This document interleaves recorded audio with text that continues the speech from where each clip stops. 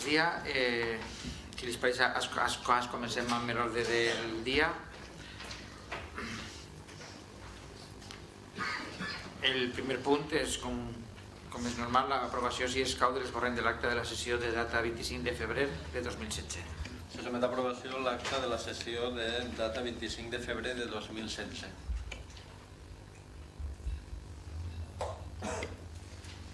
N'hi ha observacions? Si les pareix, se procedeix a votar. Vots a favor? Vots en contra? Abstencions? Per unanimitat es pot aprovar? Queda aprovada l'acta. El punt segon és la dació de compte dels decrets i resolucions de l'alcaldia de conformitat amb el que disposa l'article 42 del Real Decret 2568 de 1986 de 28 de novembre. Es dona compte dels decrets de l'alcaldia que corresponen al mes de febrer de 2016. Perdó? El punt tercer és la dació de comptes de l'informe de la Sindicatura de Comptes de Fiscalització sobre els advertiments i informes formulats per la intervenció i acords adoptats pels òrgans de govern contraris a l'informe de secretaria de les entitats locals exercici 2014, és l'expedient 3047 del present any 2016. Es dona compte de l'informe de la Sindicatura de Comptes de Fiscalització sobre advertiments i informes formulats per la intervenció i acords adoptats pels òrgans de govern contraris a l'informe de secretaria en les entitats locals corresponents a l'exercici de 2014.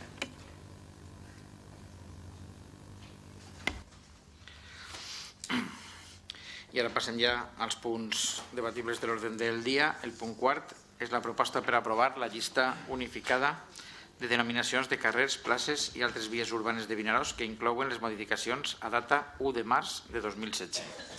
Se somet a aprovació la següent proposta. Primer, aprovar la llista unificada de denominacions completes i abreviades de carrers, places i altres vies urbanes de Vinaròs que inclouen les modificacions que s'han aprovat fins l'1 de març de 2016 i que consten en llista anexa. I segon, aprovar el nomenclàtor com a toponímia oficial a tots els efectes.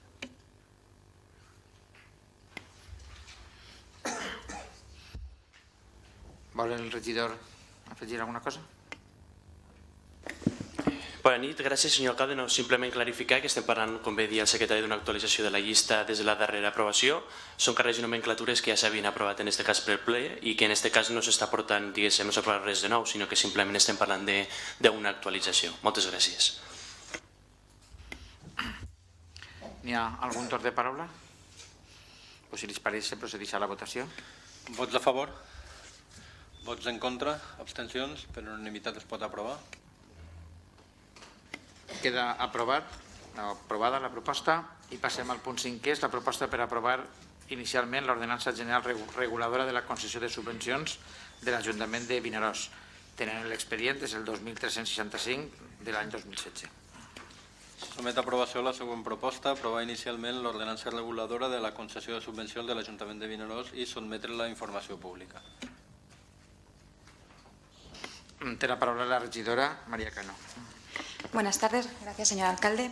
Bueno, esta ordenanza nace debido a que la Intervención General del Estado ha puesto en marcha una base de datos para hacer pública todas las subvenciones que den las administraciones, tanto Generalitat, Diputación como ayuntamientos. Por lo tanto, desde el ayuntamiento y el equipo de gobierno tenía la necesidad de homogeneizar todas las subvenciones y todas las ordenanzas de las subvenciones para así mandarlo de una forma regularizada y homogeneizada al Estado. Por lo tanto, de esta ordenanza marco nacerían el resto de subvenciones que se daría por parte del Ayuntamiento. Gracias. No sé si tenen alguna intervenció que fer. Senyor Batalla. Moltes gràcies. Tal com vaig comentar a la comissió, ja entenc que sigui una llei marc o una ordenança marc, però entenc que s'hauria d'haver contextualitzat al que és el terme de Vinaròs. Entenc que en aquesta ordenança no es marquen les prioritats en les subvencions, no es parla, vull dir, de fet directament no es parla de les prioritats a l'hora de concedir subvencions. Hi ha coses tan generals com dir que correspon a l'alcalde donar subvencions cuyo import no supere 100.000 euros, vull dir, són coses que aplicades al context de Vinaròs sabem que mai passarà, que vostè mai firmarà una subvenció de 100.000 euros, però que sí que passarà aprovant-lo aprovant-lo és que algú en el futur pogués aprovar-ho, és a dir, no costava res una mica limitar aquestes quantitats. S'hauria també d'haver limitat aquí, contextualitzar a Vinaròs, quin és el percentatge que s'aplicarà segons siga la naturalesa de qui demana la subvenció. És per això que el vot no pot ser afirmatiu. Gràcies. Moltes gràcies. La mayoría, el Partido Popular. El Partido Popular también votará en contra porque entendemos que el contenido al final de esta regulación pues habilita o posibilita al equipo de gobierno actual o al ayuntamiento en cuestión a poder revocar las subvenciones dadas de forma absolutamente arbitraria. Me remito única y exclusivamente a la literalidad del artículo 35. El ayuntamiento podrá en cualquier momento reservarse el derecho de poder revocar la subvención por motivos de oportunidad o cambios de criterio previa audiencia del interesado. Pues bien, entendemos que desde el Grupo Popular en una normativa de estas características, estos matices excesivamente intervencionistas, bajo nuestro punto de vista, no pueden ser refrendados o apoyados por el Grupo Popular.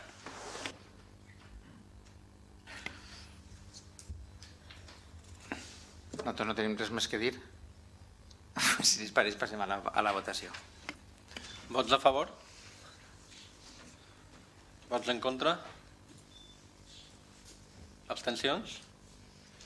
Amb els vots a favor de Som Vinaròs, Grup Socialista, Compromís, PBI, el vot en contra del Grup Popular i l'abstenció d'Acord Ciutadà es pot aprovar? Queda aprovada la proposta i passem al punt 6è. Proposta per aprovar provisionalment la modificació dels articles 5 i 6 i la rectificació de l'error material per omissió de l'article 7.1a de l'ordenança fiscal reguladora de la taxa per a l'ús del centre municipal de Vinalab. És l'expedient 2644. Se somet a aprovació la següent proposta, aprovar provisionalment la modificació dels articles 5 i 6 i la rectificació de l'error material per omissió de l'article 7.1a de l'ordenança fiscal reguladora de la taxa per ús del centre municipal Vinalab i segon, se sometrà l'expedient a informació pública durant el termini de 30 dies. Té la palabra la regidora María Cano. Gracias, señor alcalde. Bueno, las dos modificaciones que se llevan a cabo, por una parte es el devengo de la tasa. En la anterior tasa parecía que las empresas que solicitaran el uso continuado, es decir, los viveristas que querían seguir allí, debían realizar el pago una vez autorizada la entrada. Ahora lo que hemos cambiado es que se hará anteriormente a la entrada, es decir, como se hace ahora mismo con la tasa de las terrazas o con muchas otras tasas que se paga anteriormente a la autorización o no de haber dado esta. Y por otra parte también se modifican las normas de gestión de ingresos. En la anterior normativa se realizaba el pago de la tasa trimestralmente por quien estaba allí incubado y ahora se modifica y se paga mensualmente entre los 10 días primeros de mes. Es decir, antes cuando tú dabas el plácito de que se pusieran a incubar allí, por ejemplo hubiese sido en marzo, se pagaba en junio y ahora lo que hacemos es que una vez pagan la tasa del primer mes antes de entrar y luego ya se va haciendo mes a mes anterior. Desde el día 1 al día 10. Muchas gracias. Sobre el torn de paraula, senyora Miralles. Gràcies, Enric. Bona nit. Bueno, nosaltres, quan se va passar la tassa d'ordenança, el Partit de Vinaròs Independent se va abstindre perquè en aquell moment van manifestar primerament que el Vinalab és un projecte que sí que mos creem, la veritat, perquè és un projecte que se va dur a terme quan jo tenia responsabilitat de govern al nostre partit i aleshores és un projecte que nosaltres vam ser molt crítics quan va entrar el Partit Popular i durant molt de temps va estar paralitzat. Aleshores sí que en aquell moment, quan se va voler posar en marxa el Vinalab, el centre de coneixement, sí que se va arribar a un consens entre totes les forces polítiques que en aquell moment formaven el consistori i per la qual cosa jo sempre he comentat des del Partit de Vinaròs Independent que va haver un consens i entonces se va poder arranjar, és a dir, se va poder a començar a treballar. Sí que és un projecte molt ampli perquè hi ha que treballar una part social, hi ha que treballar també una part s'ha de promoure els viveristes que efectivament sí que estan allí i que és una oportunitat per a aquella gent que comença un negoci i també s'ha de promoure la formació. En això estem totalment d'acord, però era una forma d'arrencar, però una forma consensuada, per la qual cosa quan vostès entren a governar i aleshores se li demana que faci una pròrroga a l'empresa i no va acceptar, la forma en la qual se va adjudicar aquesta empresa o aquesta nova forma de treballar o aquest nou mode de gestió no se mos va consultar ni tampoc vam arribar a cap tipus de consens, més en un projecte en el qual nosaltres mos creem perquè és un projecte viu, actiu i que es té que convertir en un referent. Per la qual cosa vam votar entonces abstenció, no volem posar a l'equip de govern entre bancs, pensem que això té que funcionar d'alguna manera perquè molt creiem veritablement, però com tampoc no han tingut participació ni tampoc han pogut aportar res des del partit de Vinaròs, doncs aleshores el nostre vot serà d'abstenció. Moltes gràcies. Senyor Batalla? Res? Senyor Romero? Bien, en papers. Señora Mar.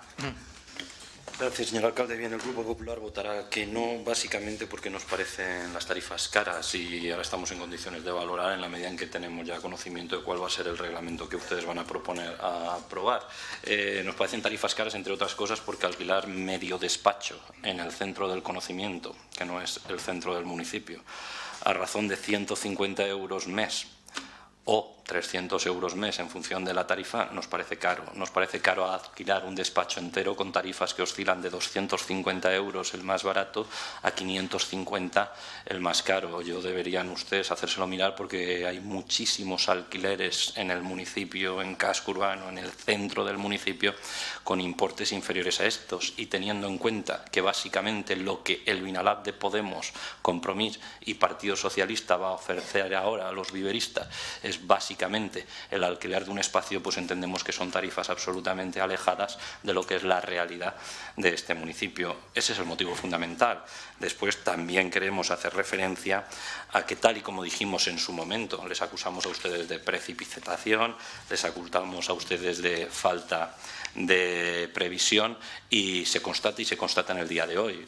Hace menos de 3 meses aprobaron una ordenanza que ha entrado en vigor hace menos de un mes y ya estamos modificándola porque, tal y como reconocen ustedes mismos hoy, habían errores que se le advirtieron por el Grupo Popular en el Pleno donde ustedes proponían aprobar esa ordenanza, errores que ustedes negaron y hoy lógicamente se ven en la obligación de tener que añadir algo tan básico y elemental como cada cuánto hay que pagar lo que ustedes imponen hay que pagar. Ustedes se olvidaron de añadir si los pagos eran mensuales, semestrales, anuales o diarios en una ordenanza que regula el pago de una tasa, pues francamente, que no se diga cada cuánto hay que pagar, pues no es un error menor. Y hoy estamos corrigiendo el error que ustedes en su momento negaron y hoy, como decíamos, no tienen otra opción que subsanarlo. En cualquier caso, lo que les invitamos es a generar consensos. El Vinalab que ustedes han desmontado, mejor o peor, era el Vinalab de todos. Contó con el apoyo y respaldo expreso y explícito de todas las formaciones políticas que tenían representación en el ayuntamiento, incluido Compromís, incluido Partido Socialista, teniendo mayoría absoluta el Grupo Popular. Entendíamos que era un proyecto de ciudad, entendíamos que las mayorías son temporales y que era obligatorio apostar o habilitar una fórmula que tuviera continuidad en el tiempo. Apostamos por una fórmula consensuada con todos. Hoy ustedes lo acaban de desmontar apostando por un cambio. El Vinalab de Podemos, PSOE y Compromís y desde luego... No he querido interrumpir abans, però espero que cite a cada grup en el respecte que se mereix i per tant pel seu nom. Per tant no li toleraré que torne a citar el grup nostre per el nom que no és. No, no estaba citando al grupo suyo, señor alcalde. Usted se precipita. Yo cito en mis argumentaciones lo que considero oportuno y sus tics autoritarios y dictatoriales son conocidos ya por todos, pero no nos imaginábamos que también iban a pretender condicionar el discurso del Grupo Popular en el Pleno. Voy a seguir diciendo lo que consideremos oportuno. El Grupo Popular, le gusta al señor alcalde o no, se presentó al Senado usted con la lista de Podemos, ha participado y entenderá que usted dice muchísimas cosas que no nos gustan. Mire, i no hasta per això que eso acaba de dir le és interrumpimos. fals. És a dir, perquè com vostè sabrà, el grup en el que es va preguntar es diu ara és el moment. Per tant, vull dir, vostè s'equivoca ara i s'equivoca entonces. I per favor li demano que quan nomene al grup municipal el nomene per el grup per el seu nom. Jo puc pensar que vostès seran qui seran, però jo els nomenaré sempre per el seu nom. Yo hablaba, señor alcalde, de Podemos. Cuando me refiero a su grupo municipal, me referiré al grupo municipal del señor Pla, como no puede ser de otra manera. Pero ahora, en mi argumentación, hablaba de Podemos. No n'hi ha tampoc ningú grup municipal del senyor Pla. En cualquier caso, las interrupciones continuas y permanentes de... Crec que ha sigut molt pacient i no li ha interrompit i li ha deixat, quan vostè ha tornat a liar la troca, me pareix que és quan li ha demanat la cortesia que tots tenim de nomenar-nos correctament pels nostres noms. I ja està. Crec que no li ha demanat ninguna cosa que estiga fora de lloc. Vostè, com de costum, té la costum de no acceptar les observacions, però té que fer-ho. Ja està.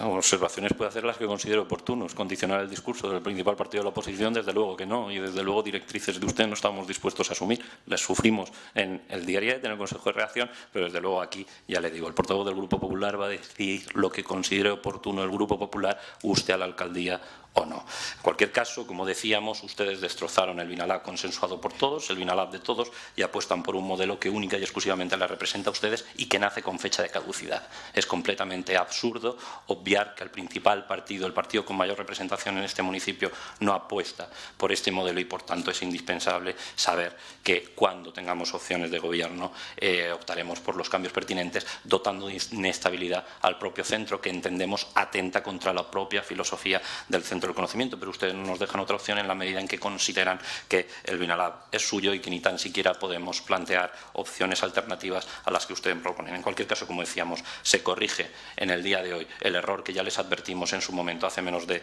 3 meses y, por lo tanto, celebramos que, aunque tarde, corrijan el error.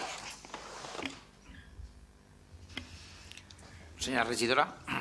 En primer lugar, en cuanto al precio, el precio cuando tú te incubas por primera vez son 150 euros medio despacho y 250 despacho completo. Cuando pasan más de 2 años es cuando pasa a los precios más altos.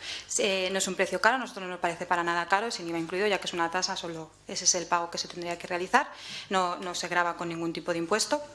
Luego, aparte, los viveristas tienen derecho a fotocopias, tienen derecho a la utilización de salas, como pueden ser las salas de formación, las salas de informática, el salón, etcétera. O sea, tienen unas mayores cosas que podrían tener en un alquiler fuera del Binalab, donde solo tendrían un simple despacho y no tendrían más acciones. Es decir, cuentan con todo el apoyo y además usted dice que no se le ofrece nada más, ahora mismo tienen el apoyo de la empresa para cualquier duda, cualquier pregunta que quieran hacer, se la pueden realizar. Que sí que es bien que aún no está aprobado el reglamento y la ordenanza no dice nada de tener un servicio, pero sí que es verdad que desde el ayuntamiento se les ofrece, por lo tanto, ahí discrepo con usted. Luego, en segundo lugar, sí que es verdad que había un error, Euromes, fue un error de transcripción, que ahora se está corrigiendo, pero porque también se está corrigiendo el hecho de la tasa y del ingreso, porque los viveristas nos han dicho que para ellos es mejor y como al final son ellos los que pagan y no soy yo, si se les puede escuchar y se les puede tener en cuenta, lo hemos hecho, hemos hablado con intervención y tesorería y es algo que se puede llevar a cabo, por lo tanto, de los errores se aprende y nosotros creemos que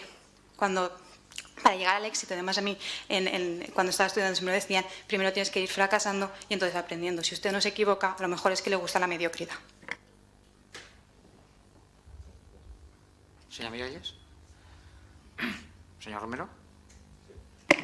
Gràcies, senyor alcalde. Bé, el senyor Amat comparava el lloguer de qualsevol instal·lació, qualsevol lloguer al centre del poble en un centre de coneixement com és el centre de coneixement Binalab. Com comentava la senyora Cano, quan es van fer aquestes tasses, es van reunir diferents tècnics, es va fer un anàlisi dels diferents centres de coneixement que hi ha arreu de la província i d'altres comunitats autònomes, i la veritat que els viveristes, quan se'ls van comunicar aquestes tasses, estaven la mar de contents. Vam veure que eren unes tasses bastant molt econòmiques comparades a centres de coneixement o centres d'empresa que tenim a la província.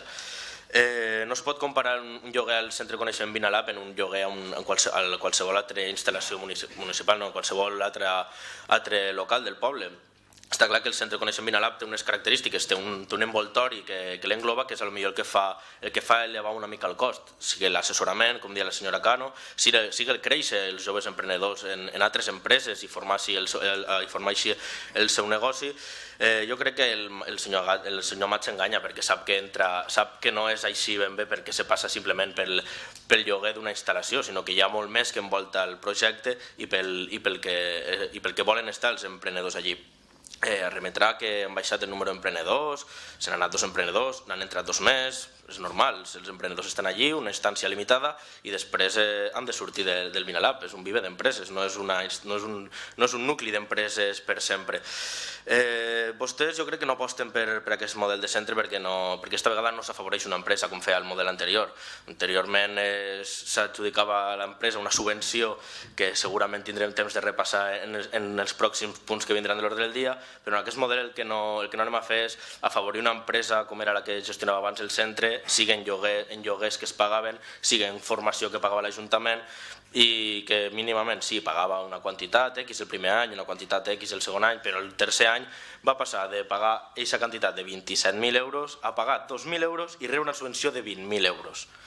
Sí, de 20.000 euros, 5.000 euros cada trimestre, a part de les diguem, subvencions encobertes, com són els lloguers o tots els cursos de formació. Així que, senyor Amat, jo crec que el voten perquè no s'afavoreix a les empreses com és la política que fa el Partit Popular. Señor Amat. Gracias, señor alcalde. Bien, vamos por partes. Podemos decir lo que consideremos oportuno. Otra cosa es que lo que digamos se corresponda con la realidad o no. Señor Romero, yo lamento su desconocimiento de lo que era el centro del conocimiento cuando usted no estaba en este ayuntamiento y le voy a hacer un pequeño apunte. La realidad, señor Romero, es que el modelo que usted denosta, que el modelo que usted critica, generaba unos rendimientos a este ayuntamiento, un ingreso directo a 27.000 euros año. El primer año, 27.000 euros el siguiente año. Y otros 2.000 el tercer año. El modelo que ustedes proponen nos supone al ayuntamiento 3.509 euros a pagar al mes a su empresa, a la empresa que ustedes quieren favorecer. Pasamos de un modelo en el que el ayuntamiento cobra de la empresa que gestiona el centro al modelo de Podemos, Compromís y PSOE, que supone que el ayuntamiento pague 3.509 euros al mes a una empresa por abrir y cerrar el centro. Con otro elemento muy importante, señor Romero.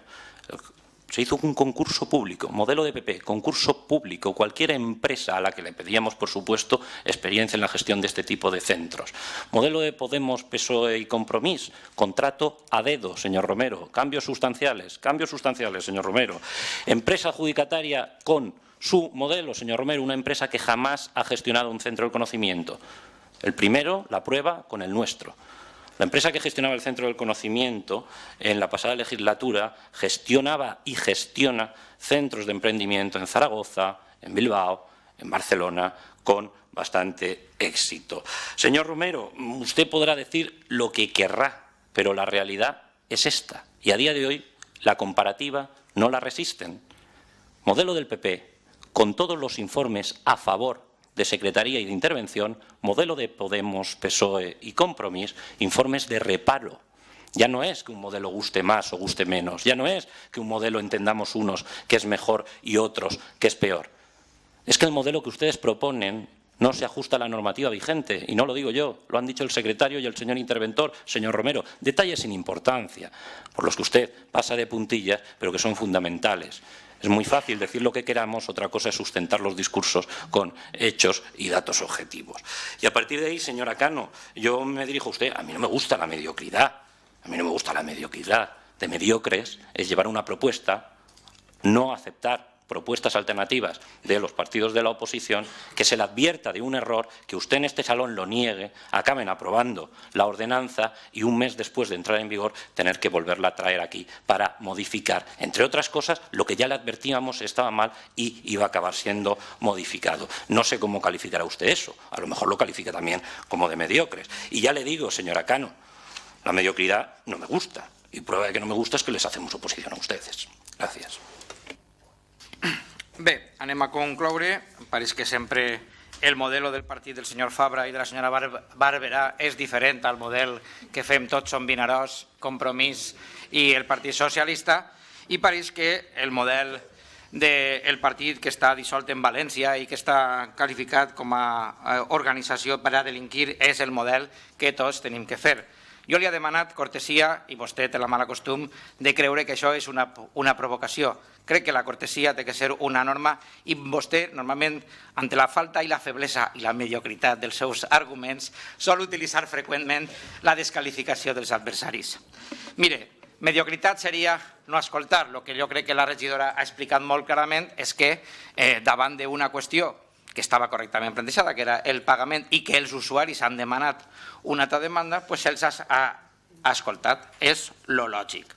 Els models de les empreses, doncs mire, vostè s'ha tingut que recurrir al pagament dels primers anys, però l'últim any que vostès van gestionar el Vinalab l'empresa concessionària va pagar 2.000 euros, va rebre una subvenció de 20.000 euros limpios per part de l'Ajuntament, és a dir, el neto va ser 18.000 euros en contra de l'Ajuntament i, a més, no tinc les xifres davant, però crec recordar que uns 50.000 euros més en diferents gastos de cursos, més alt encara, no? És a dir, això li va costar a l'Ajuntament perquè li recorde que, per exemple, per a fer un curs, no recorde exactament si era de la cambra, bueno, algun curs públic que este matí mirava de 7.000 euros per a que els usuaris pogueren anar allí. Quan el centre de professors, quan la Cambra de Comerç, quan el CEDES, quan qualsevol organització anava allí a fer un curs públic per a millorar la formació en Vinaròs, taca, vostès pagaven a l'empresa un lloguer.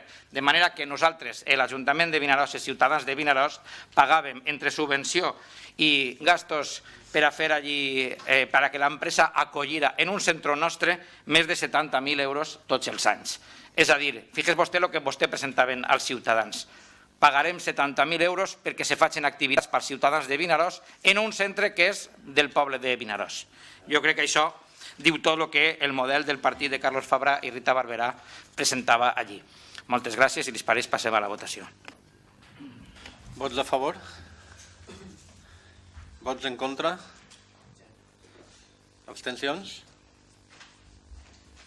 Amb els vots a favor de Som Vinaròs, Grup Socialista, Compromís, el vot en contra del Grup Popular, l'abstenció d'Acord Ciutadà i de PBI, es pot aprovar? Queda aprovat. Passem a la proposta per aprovar inicialment el reglament d'ús del centre Vinalab de l'Ajuntament de Vinaròs. És l'expedient 13.984 corresponent a l'any 2015. Se somet a l'aprovació la següent proposta, aprovar inicialment el reglament d'ús del centre Vinalab de l'Ajuntament de Vinaròs i sometre l'aprovació inicial del reglament a informació pública i audiència a les persones interessades. Té també la palabra la regidora María Cano. Gracias, señor alcalde. Bueno, en este punto se aprueba, como bien ha dicho el secretario, se aprueba el reglamento del uso del centro municipal Vinalab. Bueno, para que la ciudadanía conozca un poquito la situación del porqué de este reglamento, vamos a poner un poquito los antecedentes. La anterior corporación en su día decidió alquilar completamente, en su totalidad, el centro del Vinalab a una empresa privada, de la cual sí que es verdad, como ha comentado la anterioridad, además, los 2 primeros años el ayuntamiento recibía una cantidad, un canon, por este alquiler, que era de 27.000 euros, pero que el último año fue mucho inferior, un 90% menos, añadiéndole una subvención. Además de que el ayuntamiento, por realizar acciones, cualquier acción que se hiciera por parte del ayuntamiento, tenía que pagar en forma de alquiler. Ante esta situación y al terminar el contrato con la empresa, el ayuntamiento toma la decisión de gestionar el edificio del Vinalab con la ayuda de una empresa, pero siendo siempre gratuito el uso por parte del ayuntamiento de las instalaciones de este centro. Vale. De esta nueva situación, en la que el ayuntamiento gestiona el Vinalab, nace este reglamento. El reglamento recoge la esencia del centro, por el que se construyó y por el que se subvencionó. Dinamizar la cultura innovadora y las TICs dentro de nuestra ciudad. Se retoma el proyecto del Vinalab como un espacio de vida para el mundo del conocimiento, universidades, que luego veremos con el convenio que se firma en el próximo punto, y la formación no reglada. Con el mundo empresarial, con el que comentamos que es el viverismo, y abriendo el centro a la sociedad, cosa que ahora está un poco más cerrado. Por lo tanto, este reglamento, siendo necesario pero no imprescindible, nace, como ya he dicho, por la nueva gestión del centro y del papel fundamental que el ayuntamiento tiene en esta nueva etapa. Este documento regula las normas mínimas de uso, como pueden ser los beneficiarios de este centro, los requisitos de entrada, las actividades que están excluidas, el plazo de autorización para estar en el viverismo, los documentos a presentar para poder formar parte de este, las modalidades de incubación, los servicios básicos o las normas de convivencia. Para concluir, decir que es un reglamento totalmente vivo, que las nuevas tecnologías y las TICs y este centro va a ir modificándose a lo largo del tiempo porque es algo que es muy cambiante, como ya sabemos, por lo tanto es algo que puede ir cambiando y, como no, esperaremos que vosotros nos hagáis las aportaciones necesarias, las que creáis que se tengan que ir adaptando a este reglamento. Gràcies. Sobre el torn de paraula, María Dolores Miralles. Gràcies, senyor alcalde. Bueno, en este reglament, com he dit abans, i tot el que feia referència en aquest aspecte del Vinalab, ens abstindrem, però ja no és perquè sigui el Vinalab, perquè la veritat és que des de ja fa uns quants anys, la legislatura passada, tot se va reglamentar, se reglamentava i moltes coses tampoc no se reglamentava per no complir les normes i cada 2 per 3 se tornaven a portar modificacions. Vostès també en 8 mesos portem un fart també de reglaments, per la qual cosa és que ha arribat un moment que nosaltres, la veritat, estem un poc, com li diria, un poc decebuts perquè només se reglamenta, però que al fin i al cap no sabem per què se reglamenta, perquè moltes vegades aquestes normes no se tiren per endavant. Per la qual cosa nosaltres ens abstindrem, com he dit abans, i esperem que això funcioni, com he dit, perquè me crec el projecte i que si després hi ha alguna modificació i ve que se porta el camí acertat, per la qual nosaltres el recolzarem. Però de moment ens abstindrem. Moltes gràcies. Lluís Batalla. Molt bé, moltes gràcies. Bé, jo quan havia pensat en preparar l'argumentació no sabia si tirar pel camí de les saetes o pel camí de les falles, sent els dies que són, però finalment m'he decidit per la part de les saetes, que potser que sigui més adient. L'informe que se'ns va entregar per part del tècnic és un informe que he de dir ara mateix que és brillantíssim, és a dir, diuen quin punt estem i cap a on ha d'anar. Vull dir, aquest informe no és que estigui novament de sou per al tècnic, però està molt bé l'informe que va fer. Un informe que toca de peus en terra i marca línies de futur tècnicament. Però espero que quan agafes el reglament nou que es planteja costa trobar una mica tot allò que el tècnic aconsella que hauria de plasmar-se. I no t'ha faltat una cosa que sempre que hem parlat de Vinalab ho hem dit, la part social. Que la part social no és que s'obligui el centre a la societat, que també ho és, però pegant una ullada per damunt i no cal ser cap llumbrera, senzillament saber utilitzar internet, veus que hi ha altres centres de coneixement que sí que utilitzen coses en una clara vessant social. Parlo de pla d'alfabetitzacions digitals, de tallers de competències digitals bàsiques, accions orientades a la recerca d'ocupació en horaris de matí i tarda, inclús el que era referència de Vinaròs, que està allà al Llobregat, també borses d'ocupació entre formats allí i que puguen anar a empreses en busca de personal. Ja sé que això pot xocar en Servef o en serveis d'ocupació del que vulguis, però això no està plasmat ahir. Jo veig l'informe del tècnic i aquest reglament, tal com està plasmat, el que hauria de tindre de veritat plasmada la línia política del govern municipal no se correspon ni en la idea original de Vinalab i en moltes coses només plasma el que plasma el tècnic, però la part social no se plasma. Ja sé que volem en les declaracions seues un Vinaròs més humà, evidentment sempre ha sigut molt humà Vinaròs, però notem que falta la part més social. Gràcies. Moltes gràcies. Compromís? No? Vostè? Senyor. Sí, en quant a respondre una mica al senyor Batalla, la veritat que sí que tenim aquesta idea d'obrir el centre a la societat, de fer aquests cursos que deia Lluís.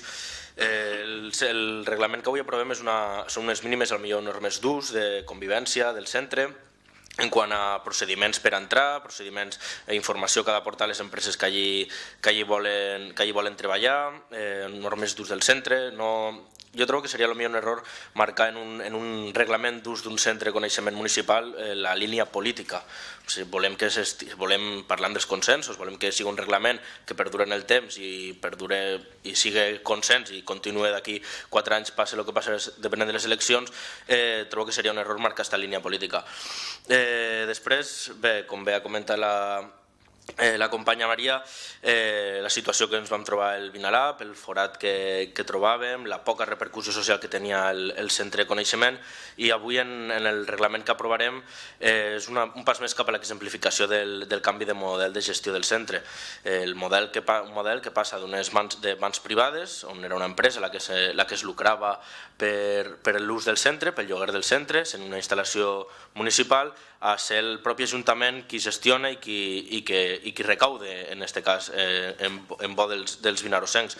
Un model de gestió que jo trobo que sí que recupera una mica l'essència per què va néixer el centre de coneixement, recuperant la universitat, en el conveni que també tenim avui a ple, recuperant la part d'emprendedorisme, que sí, l'empresa que gestionava el centre va saber portar endavant i va mantindre, l'únic pilar fonamental que creiem que va saber sostenir l'empresa que gestionava, i també la part social que és per la qual sí que prenem força en la nova competència de la llei de bases de règim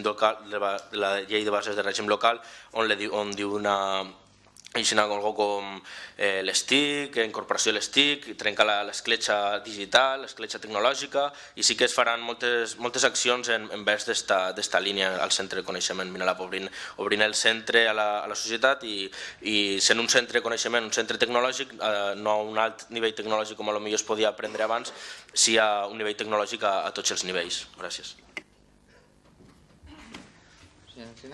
Señora Amat.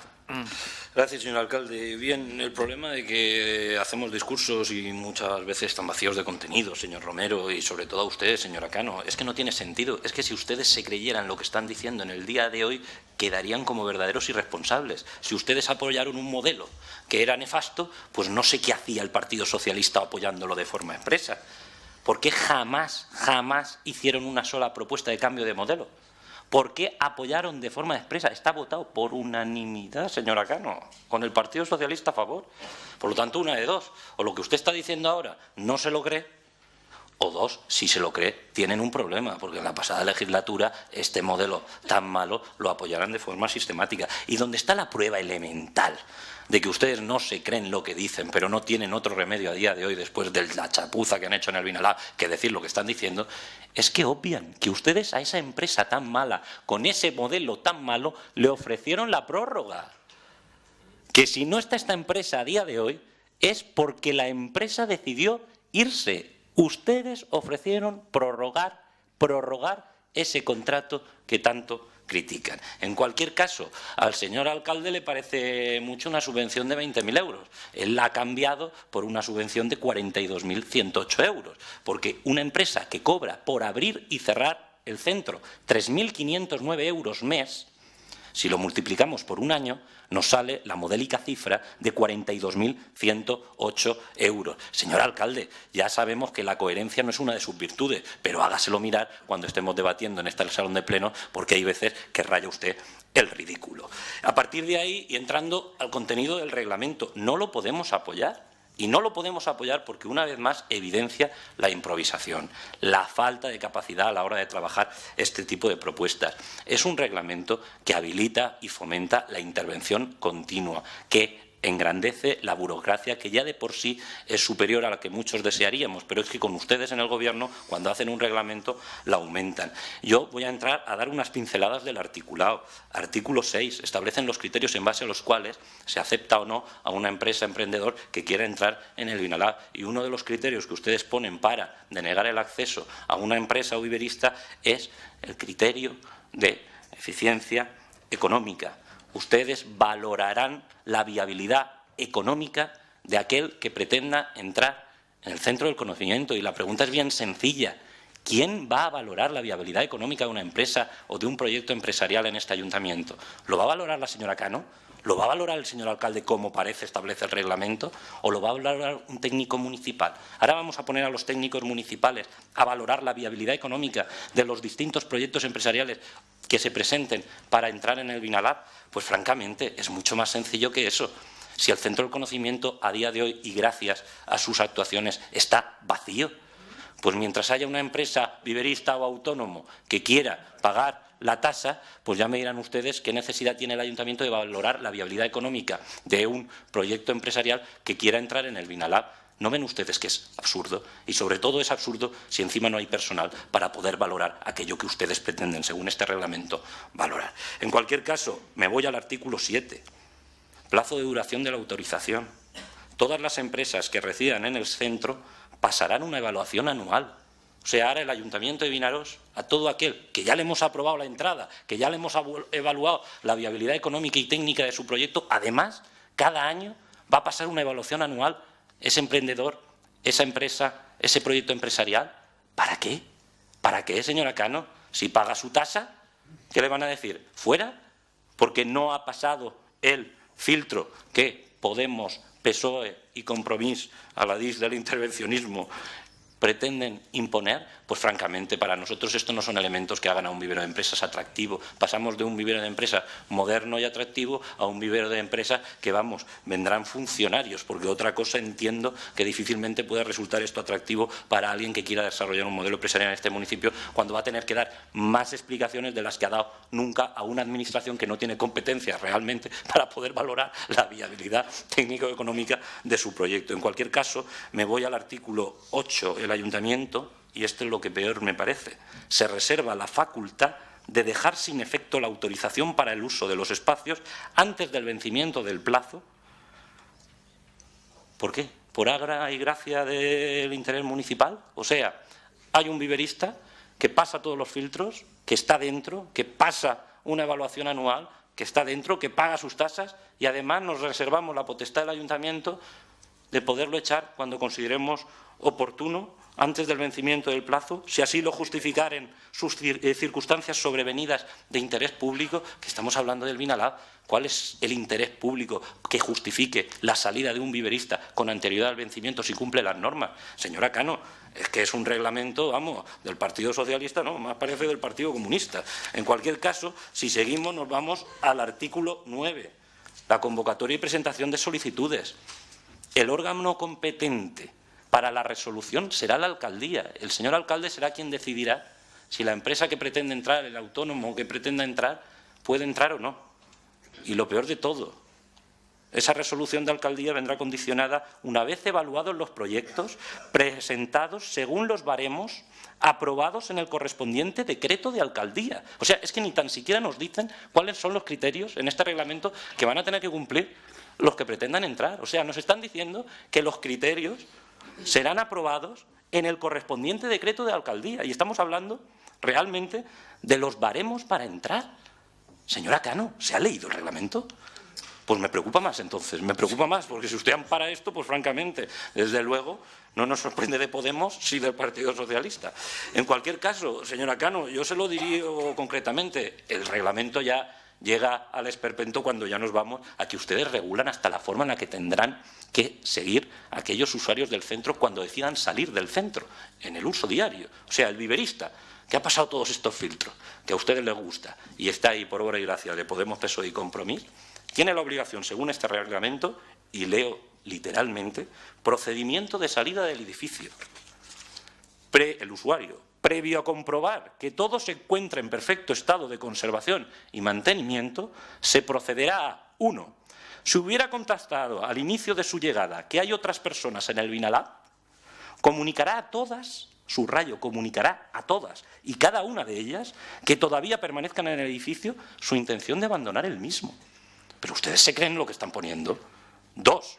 Si hubiera otras personas que vayan a permanecer en el edificio, anotará en el formulario del mostrador la hora de salida en la casilla correspondiente a su nombre. O sea, yo soy un viverista que desarrollo mi actividad ahí y cuando decida salir del centro tengo que poner mi nombre y la hora de salida en un formulario al que tiene acceso cualquiera.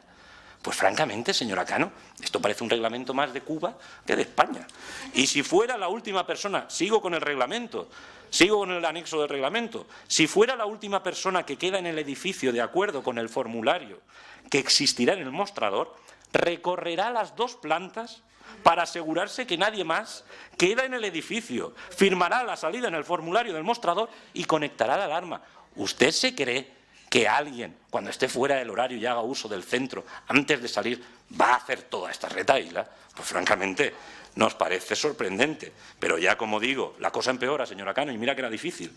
Salida del edificio más allá de la hora de cierre de atención al público durante los días laborales. Quiere decir, por ejemplo, un viverista que está trabajando y decide salir un viernes a las 9 de la noche, se ha quedado trabajando y sale a las 9. Pues según su reglamento, el anexo de su reglamento, que también regula cómo hay que salir del edificio, le impone la obligación o asume el compromiso.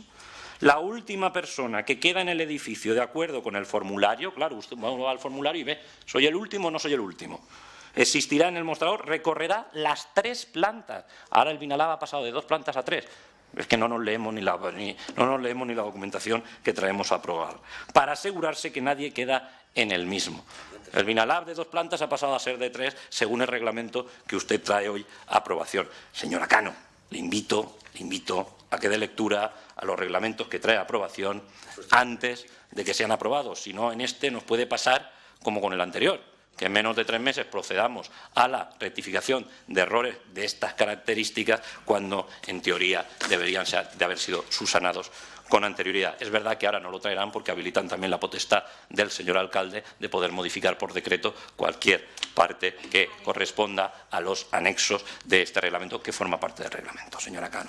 En cualquier caso, a mí lo que me sorprende es que con estos cambios ustedes pretendan convencernos de que el Vinalab, que era de todos, va a ser mejor ahora el Vinalab de Podemos, PSOE y Compromís que lo que fue con anterioridad. Desde luego esto no invita a formar parte del Vinalab.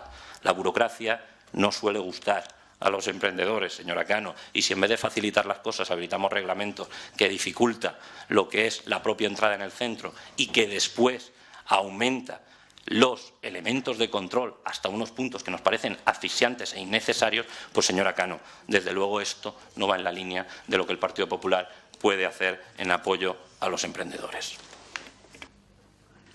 Señora Cano, tiene usted. No, primero la ponente. Sí. Vale. Bueno, en cuanto al anexo de las normas de uso del Vinalab, de cuándo se sale, cuándo se entra, si a lo mejor hubiese estado un poquito más atento a lo que hacía antiguamente INIT, eso quedaron en hacer eso los viveristas. Es decir, ellos fueron los que marcaron esas pautas para hacer o deshacer, entrar o no hacer. Son exactamente las mismas normas de uso que llevaba a cabo INIT. Exactamente las mismas. Porque nos parecían que todos estaban consensuados, todas las personas que estaban ahí dentro las consensuaron, por lo tanto, si ellos mismos son las que las han creado, no vamos a llegar nosotros y las vamos a cambiar, porque al final son ellos los que están ahí. Así que a lo mejor no echa vista, pero a ellos les iba bien. No, a lo mejor es que te tenía que haberse estudiado eso un poquito más. Bueno, después, en cuanto a la consensuación que se llevó a cabo en el anterior, con el anterior forma de uso del Vinalab o la cesión a una empresa privada, sí que es verdad que el Partido Socialista estuvo a favor, sí que les dio el voto de confianza para hacerlo efectivo, porque sí que era verdad que había que poner en activo ese centro que estaba cerrado, pero bueno, las cosas fracasan y a veces salen mal y bueno, se puede cambiar. Sí que es verdad que los 2 primeros años se recibió una subvención de 27, o sea, se recibía un canon de 27.000 euros, que el último año pasó a ser de 2.000 y que nosotros dábamos 20.000. Por lo tanto, para mí, cuando una empresa quiebra, no es seguir abierta, habrá que cerrarla, ¿no? Pues es el mismo caso que pasó con INIT. Luego, sí que es verdad que a nosotros nos cuesta 54.000 euros mantener ahí a la empresa, pero luego a cambio no tenemos ningún coste por hacer la Semana de la Ciencia, que costó la friolera en el 2014 de 17.000 euros a este ayuntamiento, cosa que solo cuesta este año 1.500, que ya se lo pagamos en el convenio de la UGI, es decir, una barbaridad. Ahora mismo tenemos unos cursos de los CEDES que nos salen totalmente gratuitos. Antes se pagaba por el alquiler. Ahora va a venir Cámara de Comercio, ni un coste. Va a venir el convenio de la Universidad de Valencia, ni un coste para el ayuntamiento. Y además, no sé si se les olvida que a los viveristas les cobramos nosotros, no la empresa que está allí, como antes hacía INIT. Que con los que hay ahora, sin hacer ninguna promoción, que no hay menos, no está desierto, hay 7, los mismos que estaban cuando ustedes se fueron, los mismitos. Se han ido 3 y han venido 3, los mismos. Cuente y eche las cuentas como quiera. Si no, le doy yo a usted el registro, que lo tengo. Si no le interesa, no le interesa, pero vamos, más información que tengo yo creo que usted no tiene. Por lo tanto, solo sin hacer ningún tipo de publicidad y estando la mayoría a mitad, habiendo gente interesada, recibimos ya 15.000 euros al año, sin tener en cuenta el uso puntual del viverismo del centro, que ya se está empezando a cobrar. En una semana que lleva la tasa se ha cobrado ya 100 euros respecto de otros 100. Es decir, que no es mucho dinero porque no ha habido publicidad, pero te quiero decir que es otra entrada de dinero que puede generar inversión, que antes simplemente ya, si hubiésemos seguido con el contrato de INIT, hubiesen sido 2.000 euros al año, ni uno más ni uno menos. Muchas gracias. Maria Dolores? Lluís Baralla? Gràcies. Bé, començaré per la part del senyor Romero, que m'ha comentat, però que suposo que estarem d'acord. Encara que digui que això se pugui desenvolupar més avant, m'imagino que si un reglament contempla aquesta part social, en el moment en què se fiquen en joc els plecs per a fer la concessió, se suposa que se li podrà exigir a l'empresa que vulgui optar a gestionar el Vinalab esta part social. Entenc que ficar-ho al reglament és una manera ja de que qui vulgui concursar al Vinalab pugui veure que este Vinalab té una part social que han d'incloure en els seus plecs. Així tot, ja quan surtin els plecs ja ho veurem, és una cosa, és qüestió de temps. Per altra banda, una cosa que vaig preguntar l'altre dia és per si ja han aclarit de quina regidoria finalment dependrà el Vinalab, per si ja han pogut aclarir-ho, perquè evidentment a hores d'ara i a punt de sortir aprovat un reglament hauríem de tenir clar de quin regidor o regidora dependria. Pel que fa a més coses que s'han dit aquí, sí que és veritat, vull dir, hi ha coses al reglament, tal com ha dit el senyor Amat, que de veritat noto faltar el full de notes de la justificació de la falta d'assistència, perquè hi ha moments en què pareix que allò sigui una escola o un institut, però a banda d'això estarem d'acord en que el que passava abans no era normal. Vull dir, no era normal el que va passar en la gestió, senyor Amat, tal com va començar, i nosaltres també vam donar vot de confiança. Però, de veritat, quan arribaven aquelles factures de pagar-li a l'empresa privada pel lloguer d'una sala d'actes i l'Ajuntament li pagava a l'empresa, vull dir, aquest Ajuntament era un xollo per a les empreses privades o per la que portava el Vinalab, perquè li pagava per cada lloguer i pot ser que anava als 300 euros. Qualsevol activitat li pagaven a l'empresa per part de l'Ajuntament. No té cap sentit. Una cosa sí que podem reconèixer i que inclús jo, no estant al govern, ho veig, que ara mateixa hi ha una activitat de conferències, xerrades o que sigui, que ara mateixa sí que podem considerar que està més oberta al poble de Vinaròs les coses que se fan allí, perquè s'han donat entrada a moltes associacions que volen fer allí activitats. Vull dir, ja sé que no vaig veure vostè a la xerrada de Marina Albiol a final de gener, no estava, per qüestions òbvies no estava, però se va fer, i va anar molta gent per això, almenys reconegui que ara hi ha més activitats de tipus. Hugo Romero. Sí, gràcies. Bé, el senyor Amat, quan parla dels diners que suposava que manejava el Vinalab entorn a l'Ajuntament, sí, comenta que ingressava a l'Ajuntament 27.000 euros el primer any, 27.000 euros el segon, 2.000 euros el tercer any, però no comenta la quantitat de diners que es deixava l'Ajuntament en lloguers, al mateix centre, com comentava el senyor Lluís Batalla. En 3 anys, al voltant de 100.000 euros es van pagar només en lloguers. No en formació. Els altres 100.000 euros, 200.000 euros en 3 anys, 100.000 euros només en lloguers.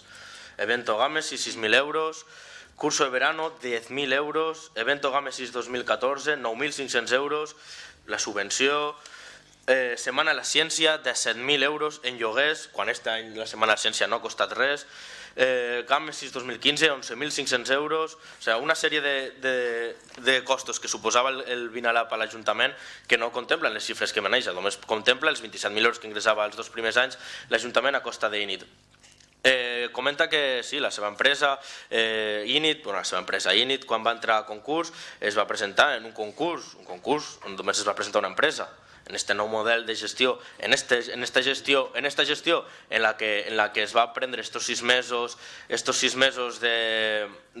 va oferir a l'empresa Init a treballar estos 6 mesos, perquè enteníem que els viveristes i els emprenedors no podien deixar la seva tasca i el seu mínim assessorament al millor que rebien d'Init, per això se li va oferir a aquesta empresa l'estar allí 6 mesos. L'empresa va dir que ella treballava d'any en any. Doncs perfecte, ahir va ser quan l'Ajuntament, com comentava al principi la senyoreta Cano, l'Ajuntament va iniciar la companya Cano va iniciar els tràmits per a buscar una empresa que gestionés el centre i assessorés mínimament els emprenedors que allí continuaven. Es van presentar dos empreses, el CEI de Castelló i la que actualment regenta el centre, i econòmicament va ser la que va respondre als interessos, com vostè sabrà, de l'adjudicació. El reparo d'intervenció, ja sap, i ho hem parlat moltes vegades aquí i en altres debats, que va ser per una circular que va derogar el Partit Popular a la Generalitat el 26 de maig. Una vegada va sortir en una ordre de llei una circular que pretenia, que deixava als ajuntaments dir, m'enganxa, podeu fer el que vulgueu, tot el que continueu fent fins ara. Una mica irresponsable per la banda que jo crec que s'ha d'atorgar als responsables polítics. Vostè crec que pretén convèncer que el model de gestió on l'empresa en 3 anys va rebre els 100.000 euros de lloguer és el que sigui, i així no convencerà els ciutadans. Jo crec que no, parla d'intervencionisme, els serveis públics s'han de regular, si no les empreses, com feia INIT, fan el que volen, s'embutxaquen els diners a costa d'un equip de govern que va ser amic de l'empresa perquè no havia altre motiu del qual es baixés el cànon de diners a l'empresa. La despesa en la seva legislatura, 200.000 euros, com comentava, 100.000 en lloguers, els lloguers comentava, un edifici que encara estem pendents de pagar. A canvi, per la concessió es va rebre, només quedaran, potser com compta vostè, uns 50.000 euros. Queda clar que vostès tenien un desequilibri a favor de l'empresa i en contra de l'Ajuntament i dels interessos dels vinarosencs. D'aquest negoci, d'aquesta licitació, l'única que sortia beneficiada era l'Ajuntament de Vinaròs. La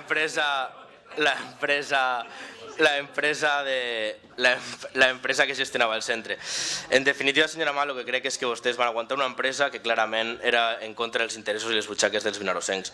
Van voler aguantar-la per mantenir un model de centre que no sostenia, mantenir una empresa que incomplia reiteradament el contracte. Tal com dia el senyor Batalla, sí, en aquests nous plecs de condicions que sortiran estarà contemplada el pla social i ens encarregarem de que es complisca, no com l'empresa anterior, que sí que contemplava també la vessant social i que no complia ni un dels punts que tenien en les condicions en les quals es van presentar. Sabent-ho i tenint informes tècnics on es posava més que en dubte la funcionalitat d'aquesta empresa, vostès la van mantenir. Vostè, senyor Amat, vostès van mantenir l'empresa que no complia les condicions en les que es va presentar i desembolsava aquesta quantitat a costa dels vinarosencs. Juan Amat. Gracias, señor alcalde. Bien, has hecho muy bien, has leído muy bien tu argumentario que venía trabajadito de casa y lo de antes, que es que no se corresponde con la realidad, señor Romero. ¿Dónde están esos informes que decían o desaconsejaban la continuidad? ¿Dónde están esos informes técnicos? Están donde en el mismo sitio deben estar, que está la auditoría, que está el informe de secretaria de la zona azul, que está el informe de las deficiencias del convento San Francisco. Señor Romero, que la cantinela esta que han aplicado ustedes a todo, hay informes que no existen, que ustedes son incapaces después de enseñar, pues francamente, raya lo ridículo una vez más. Señor Romero, dígame en qué cajón están y así lo encontraremos todo. La auditoría ciudadana, el informe de la Secretaría de la Zona Azul, el informe que acreditaba el exceso del 20% en la desviación de las plazas. Venga, señor Romero, seamos serios. Si hubiera un informe ya lo habría traído. ¿O es que ustedes van a perder la oportunidad de poder reprocharnos a nosotros la existencia de un informe? Ese informe solo existe en su imaginación. ¿Y sabe por qué? Porque todas las actuaciones que se hicieron en torno al Vinalab no solo contaron con el aval de los técnicos, contaron, y esto lo obvian, con el apoyo expreso de todas las formaciones políticas, Partido Socialista incluido, Compromís incluido, todos sin excepción. Por lo tanto, una de dos, o no hacían ustedes su trabajo y no hacían labor de oposición, o lo que ahora les parece malísimo, en su momento no les parecía tal. Y sobre todo, un modelo tan malo no se ofrece una prórroga, ni por 6 meses ni por 2 días, señor Romero. La realidad es que ustedes, una vez más, improvisan y ahora tienen que justificar lo injustificable. Usted dice una serie de actividades por las cuales se paga, señora Cano, o se pagaba. Es que el ayuntamiento en el contrato no tenía ninguna obligación de hacer ninguna actividad en el centro del conocimiento. Lo hacía porque en función de la existencia de presupuesto lo consideraba oportuno para dar visibilidad al centro. Y hubieron iniciativas que parecieron lo suficientemente interesantes, como por ejemplo la Universidad Jaume I fletar autobuses para los estudiantes de su grado. No se debieron hacer las cosas tan mal cuando la propia universidad no traía a 4 profesores, traía a los alumnos de un grado financiando el autobús, es porque reconocía que la actividad que se estaba proponiendo desde el centro tenía la suficiente credibilidad o interés como para que asumieran un gasto de esas características e introdujeran esas actividades dentro del itinerario de un grado universitario. Eso ustedes todavía no lo han conseguido y estoy convencido que no lo conseguirán. Con un poco de suerte traerán a 4 profesores, pero ya veremos si ustedes son capaces de conseguir hacer iniciativas o actividades en el centro que supongan el interés de una universidad como para fletar autobuses para sus alumnos. Y dejen de repetir la cantinela de que ahora no cuesta nada, cuesta más que antes. ¿Qué cuesta más que antes, señora Cano? 3.509 euros al mes sin actividad. Al año son 42.108 euros, señora Cano. Haya actividad o no la haya. Es que su modelo es peor y la única que no lo ve es usted y el resto de sus compañeros. No sé si porque realmente en ese sentido son incapaces de ver la realidad o sencillamente ahora les toca defender lo indefendible porque lo contrario sería reconocer que se cargaron un modelo que funcionaba, un modelo que apoyaron ustedes, señora Cano, el Partido Socialista, de forma expresa. Es que lo obvia. Pero bueno, en cualquier caso, señora Cano, y entrando en materia, la que no hace los deberes es usted. Se lo he demostrado antes. El Vinalab tiene 2 plantas, no 3. Lo digan y lo consensúen los viveristas o no, señora Cano. Por lo tanto, haga usted el favor de al menos no reprocharme a mí, que no leo la documentación, que leo más que usted. Y además le digo, no es lo mismo que una comunidad de viveristas decidan darse unas normas de uso común que el ayuntamiento las imponga. Porque usted la normativa de su reglamento se la impone a todos, a los que están y a los que en la actualidad no están y pueden estar en el futuro. Mire si cambia, señora Cano. Es que no es lo mismo que los viveristas decidan pactar unas normas a que usted las imponga en forma de reglamento. Mire si cambia, señora Cano. Y además le digo más.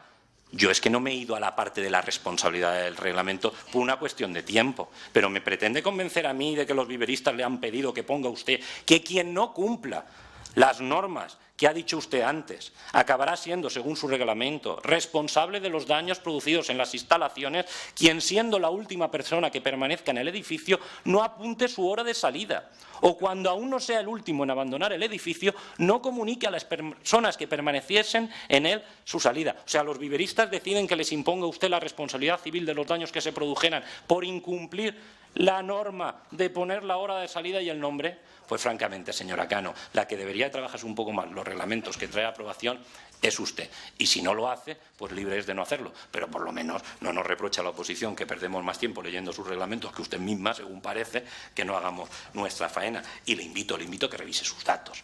Porque la realidad, señora Cano, es que el Vinalab que dejamos no contaba con 8 viveristas. Según los informes aprobados por el técnico municipal, señora Cano, habían 10 proyectos que vinculaban a 23 personas, señora Cano. Información oficial, señora Cano, no opiniones. Yo no hago como el señor Romero. Yo cuando aludo a un informe lo traigo.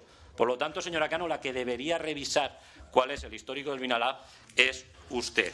Y señora Cano, y ahora me refiero también al señor alcalde, para gustos colores, pero desde luego hay comparativas que no se resisten. A mí me hace gracia que el señor Batalla, según parece, se ha tragado la propaganda que han vendido ustedes sistemáticamente. Pero cuando uno baja los datos llevan ustedes 9 meses ya en el gobierno, señora Cano. Me voy a referir solo al año 2016. Cuando ya han tenido tiempo y ya ha tenido recorrido. Ese centro del conocimiento, señor Batalla, que tanta actividad tiene y tan abierto socialmente es, informes dados por la señora Cano en la última comisión.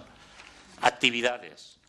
El centro del conocimiento en el mes de enero se utilizó 3 días. 3 días. Informe de la señora Cano. Día 2 de febrero, día 3 de febrero y día 13 de febrero. Gran actividad y muy abierto. 3.509 euros al mes por 3 actividades. Mes de febrero, esto era el mes de febrero, 3 días. Mes de enero, 5 días. 5 días se utilizó, vamos de más a menos. Enero, 5 días, febrero 3. Otros 3.509 euros. Y ese Vinalab tan abierto y que tanta actividad tiene, pues 14 de enero, una actividad. 22 de enero, otra. 23 de enero, otra. 25 otra y 29 otra. Por cierto, el 29, reunión de una asociación de ecologistas. ¿Este es el Vinalab abierto? Este es el Vinalab del que saca pecho el señor alcalde. Se han conseguido hitos que no se habían conseguido nunca. El Vinalab que ustedes desconocen ha habitado cursos de verano de la Universidad Jaime I. Eso no había pasado en Vinarós. Eso no ha vuelto a pasar en Vinarós. Por lo tanto, señora Cano, por lo menos sean respetuosos con el modelo que han destrozado. No lo digo que lo ensalcen, pero por lo menos asuman una realidad. A día de hoy, el Vinalab es un edificio cerrado por derribo que nos cuesta 3.509 euros mes y que desde luego es uno de los máximos exponentes de cómo han llegado ustedes como el caballo de Aquila, destrozando cosas que funcionaban y cambiándolas por cosas o productos obsoletos. Señor Romero, lo grave no es que en un vivero de empresas entren viveristas o salgan. Yo ahí le reconozco, es un centro abierto. Entrarán y saldrán continuamente, se hagan las cosas bien o mal. Lo grave es que desde que están ustedes hay viveristas que han abandonado el centro fruto de la gestión municipal, fruto de la escasa credibilidad que les genera el cambio de modelo, fruto de que se han considerado desamparados, fruto de que tenían subvenciones y presentaron unos gastos a justificar y gracias a su famosa decisión de cambiar el modelo sin tener otro previsto, les dejaron desprovistos de la posibilidad de justificar lo que eran los gastos que venían teniendo esa obligación fruto de la subvención que habían recibido. Por lo tanto, señor Romero, el éxito no es que entren o salgan. El éxito es que nadie se vaya fruto de su nefasta gestión. Y eso, a día de hoy, ya ha pasado. Por lo tanto, tendremos un alcalde que ahora nos soltará la prorrata, que ahora nos dirá que en el Vinalab se han hecho cosas que nunca se han hecho, pero los informes dados por su concejala, mes de enero, 5 días de utilización, mes de febrero, 3. Y eso sí, 3.509 euros a la empresa amiga de ustedes. A la empresa amiga de ustedes, porque esta sí que se ha hecho una adjudicación a dedo. Usted diría, concurso público y se presentó solo una empresa. Se presentó solo una empresa. Pero en el concurso podía haber presentado quien hubiera considerado oportuno. En su modelo no. En su modelo no. En su modelo no. No hicieron un concurso. Ustedes tienen los reparos de Secretaría de Intervención. Por lo tanto, asuman lo obvio. Asuman lo obvio. Ya nadie discute que ustedes se equivocaron. Solamente ustedes. Por lo tanto, les invito a que reflexionen. Bé, vamos, no hago ninguna al·lusió, li han contestat als seus arguments, senyor Romero. Vull dir, bueno, contestar seria molt dir, però... En tot cas, aquí, com sempre, ens trobem en que la sarta de mentides repetides, les afirmacions, perquè, clar, quan uno parla de coses com la realitat és esta, per favor, a aquestes altures només n'hi ha una realitat, la del partit dels imputats. La verdad es esta. La verdad es la d'aquells que tenen 2.700 persones pendents d'anar a declarar als juzgats. Bé, jo crec que quan vostè diu el centro vacío, vostè és que no sap contar. Quan vostè barreja manzanas y peras, ya lo hizo una famosa alcaldesa de Madrid de su partido, quan vostè confon empreses en persones que treballen. Vostè sap que està manipulant la realitat, ho fa conscientment i ho fa per intentar enganyar a les persones que estan escoltant. Els viveristes, les empreses que n'hi ha són X, 8, 7, i alguna d'aquestes empreses té 3, 4 o 5 persones que estan dins d'això. Vostè ho sap? Clar que ho sap, però lia la troca aquí per si acas alguna persona ingènua no ho comprèn. Que el centre va ser consensuat, per supost, però a diferència del seu partit que està immòbil, bueno, no, immòbil no, perquè també baixava les cotes als seus amics, el pagament. Els altres partits, quan veuen que una cosa fracassa, que una cosa no està bé, busquen una altra solució. Vostès no, perquè l'únic que buscaven era que l'empresa amiga continuara cobrant i, per tant, esta era la qüestió. Es va fer un concurs públic tan ben fet que només una empresa se podia presentar i només una empresa se va presentar de concurs públics i de persones. A vostè no coneixen a este senyor de la Serna que tenen allà al Congrés, però este senyor de la Serna treballava i cobrava comissions d'empreses, alguna de les quals treballa en Vinaròs. Vull dir que anem a veure que aquestes coses no són tan fàcils com vostè les planteja. Per portar-se els arguments de casa, vostè és la demostració palpable. Vostè és la demostració palpable. Sempre porta l'argument de casa ahí escrit i moltes vegades el col·loca independentment de quina hagi sigut l'argumentació prèvia, perquè vostè pensa ja quina és l'argumentació que té que haver i pensa que això és la contestació.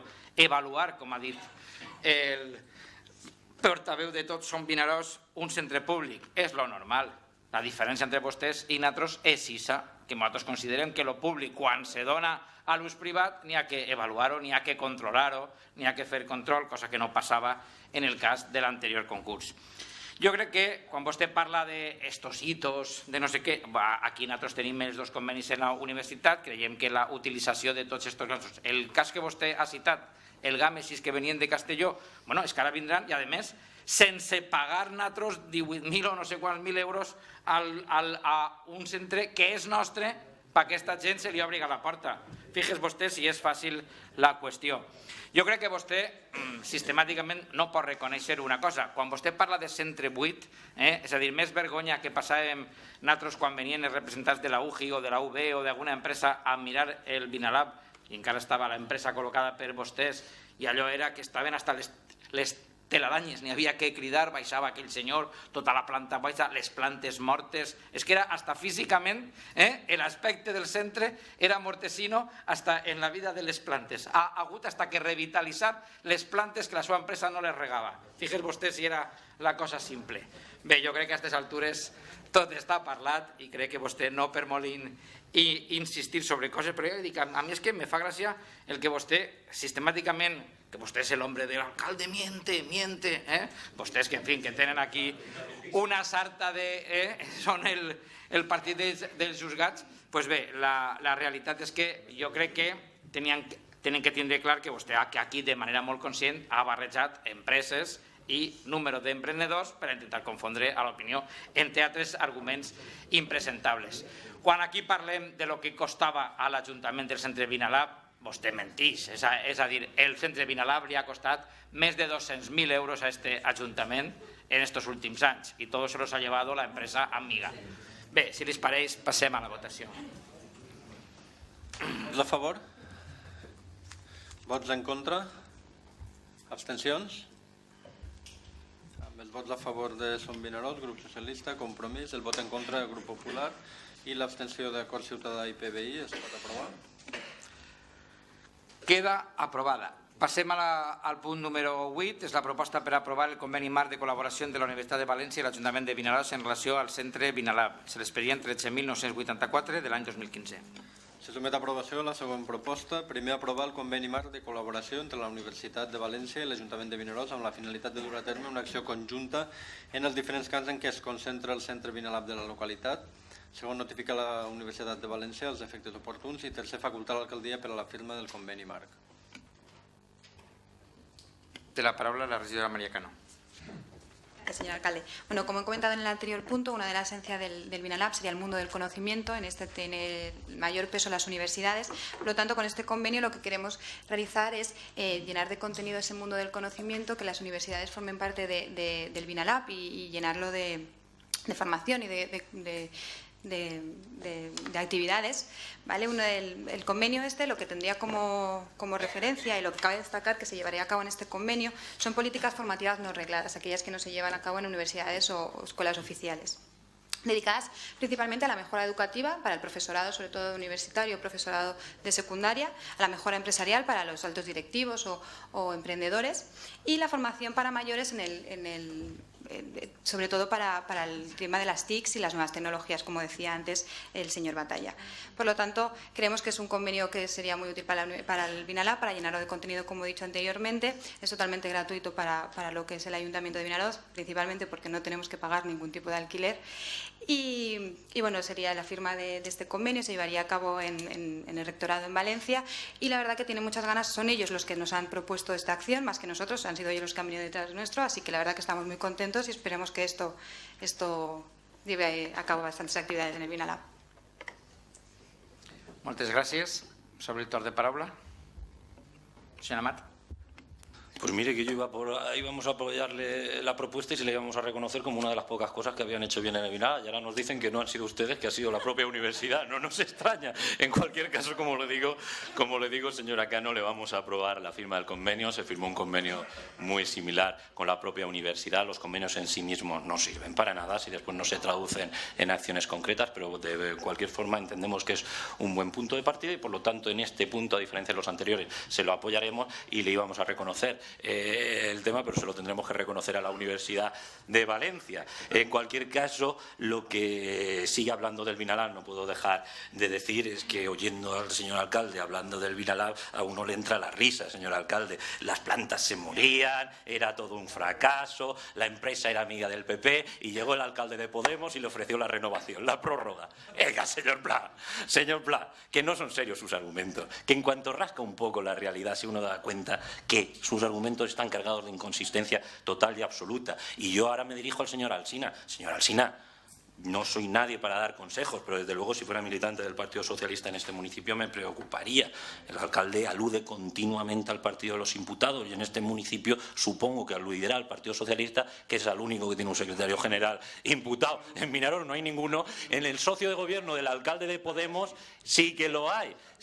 Por lo tanto, yo no soy quien, si me permite, Yo no soy quien para dar consejo, pero desde luego, señor alcalde, bueno, el partido de los imputados en este municipio es el Partido Socialista y por lo tanto es a los que usted ha elegido como socio de gobierno. Es verdad que se lo están poniendo muy fácil, es verdad que no suponen ningún contrapeso y es verdad que en modo alguno le van a usted a hacer la conducta, haga lo que haga. Pero en cualquier caso, lo que decíamos, cuando una empresa es amiga del PP, no tiene sentido que llegue el alcalde de Podemos, o sea, usted, y le ofrezca la prórroga. Sus argumentos, señor alcalde, no se aguanta un mínimo repaso de la realidad. La diferencia entre usted y yo es que yo le he dado datos. Y usted nos ha dado opiniones que, por cierto, empiezan ya a ser bastante cansinas porque son siempre las mismas. Y la realidad es que los concejales que le hablamos ni somos diputados en Cortes, ni somos tampoco, hemos tenido ninguna responsabilidad de gobierno fuera de este ayuntamiento y no debimos hacer las cosas tan mal cuando después de 4 años de gestión lo único que tiene para criticarnos es lo que han hecho otros, que desde luego no son ni han pertenecido al Partido Popular de Vinaròs. Que, por cierto, nosotros nos corrimos el bulto, lo decimos y lo decimos claramente. Podría hablarle a usted de la financiación irregular de su partido y que está siendo investigado por la UCO, pero no lo voy a hacer. Yo me voy a limitar. Yo me voy a limitar. No, el partido con el que usted se presentó al Senado. El partido de la papeleta del Senado.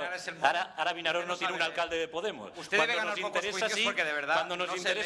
Cuando nos interesa, da usted entrevistas en los medios provinciales diciendo que es el único alcalde de Podemos de la provincia y cuando no. Pero en cualquier caso no voy a entrar ahí. Yo no voy a dejar de pasar la oportunidad de decir que la corrupción nos asquea en todos los partidos y cuando se da en el nuestro mucho más. Pero desde luego, lecciones de ustedes, ninguna. Y en Vinaròs, el partido de los imputados, que sepamos, es el Partido Socialista, que por cierto gobierna con usted. Muchas gracias.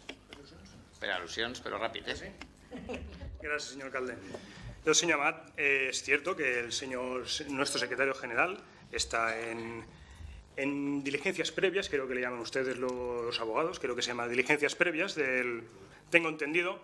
El señor Jordi Romeu, nuestro secretario general, está investigado, está en un proceso por una serie de reparos desde intervenciones señor Juan, por favor, de reparos desde Secretaría, desde intervención, cosa que el señor Juan, con alcalde, también ha firmado 20.000 reparos, ya les sacaremos la lista, desde el 2011 al 2015, toda la serie de reparos que aprobó el señor Juan Bautista Juan, con su firma se lo saltó, de la misma manera que el señor Jordi Romeu está, en este caso, en un proceso abierto por contrataciones con un reparo de orquestas, de tracas, nada. La diferencia que hay con el Partido Socialista de Vinaròs, con ustedes, es que ustedes se llevan el dinero para casa y el señor Jordi Romeu solo saltaba los reparos de intervención para contratación de tracas y orquestas para que el pueblo funcionara. No. ¿Vale? ¿En qué momento? Entiendo que se refiere al Partido Popular en general. El tema se ha acabado. No, señor alcalde, hombre, por alusiones. Aquí se dice que... Diga. Demanaria, per favor, que s'apliqués l'article 74 del ROM, on posa que el president d'una sessió podrà cridar la qüestió al regidor que estigui fent ús de la palabra, ja siga per digressions estranyes a l'assumpte de què es tracta. Si estem parlant de la universitat, per favor, demano que ens apliquem tots parlar de la universitat i el Vinalab. Sí, yo ya antes, pero ya sabe que cuando intento aplicar el reglamento, el señor Amat creo que es censura. El tema está acabado. No está acabado en la medida en que no vamos a aceptar esas afirmaciones en plano de pleno. Si no, abandonamos el pleno. Es que dirigís yo la sesión, no vostè. Com dirigís jo la sessió, si no li importa...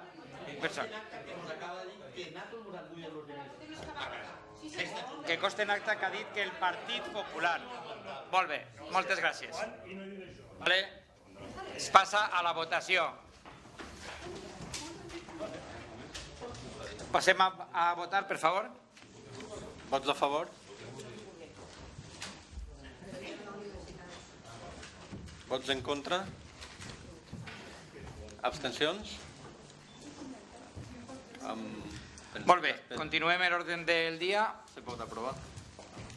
Està aprovat despatx extraordinari. El despatx extraordinari consta de 2 mocions. Hi ha que aprovar la urgència, no? Sí. Hi ha que aprovar la urgència de la primera moció per a la prevenció o intervenció en el bullying o assetjament escolar. La urgència queda justificada per el propi contingut de la sessió, de la moció, perdó. Vots a favor de l'urgència? Vots en contra, abstencions, per unanimitat es pot aprovar la urgència. Com el text està consensuat, llegirem l'acord.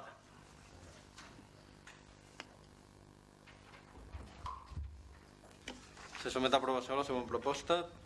Únic, que l'Ajuntament de Vinaròs ha de tindre una intervenció complementària en la prevenció d'aquest problema. En aquest sentit, proposem a l'òrgan competent que s'impliqui a posar en marxa iniciatives que contribuïsquen a pal·liar aquest problema, entre les quals haurien d'estudiar les següents. Organitzar durant el curs activitats de divulgació dirigides a docents, famílies i alumnes per a facilitar la detecció de l'assetjament escolar o bullying i ciberassetjament en totes les seues formes i com afrontar-lo, tot formant en la resolució pacífica dels conflictes i en la tolerància i també privilegiant la mediació escolar com a forma de resoldre's.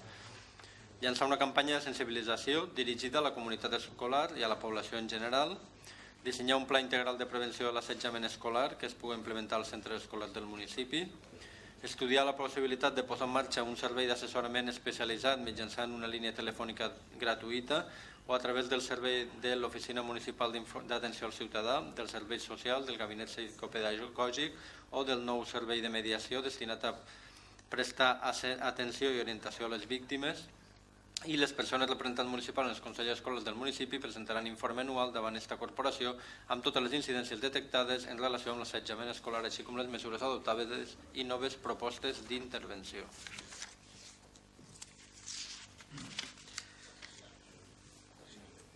Però rapidet, que vostè no respecta mai els acords de la Junta de Portaveus. No, però era només una cosa que volia fer referència, que efectivament, igual que en el govern anterior absent, se va fer algun tipus d'activitats, vull dir, alguna xerrada, com ara també s'ha programat alguna respecte a l'assetjament, però trobàvem que això una mica ampliava l'espectre d'acció.